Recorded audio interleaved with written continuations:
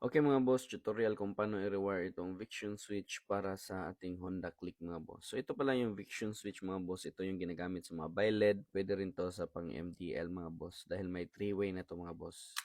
So ganito lang siya i-rewire mga boss para maging plug and play sa Click mga boss. So kukunin nyo lang yung stock switch nyo at puputulin nyo lang yung plug nya. Tapos ito yung i-connect nyo sa Viction switch nyo.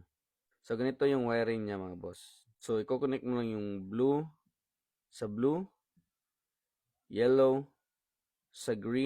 Ito yung high beam niya. Green sa white. Ito yung low beam.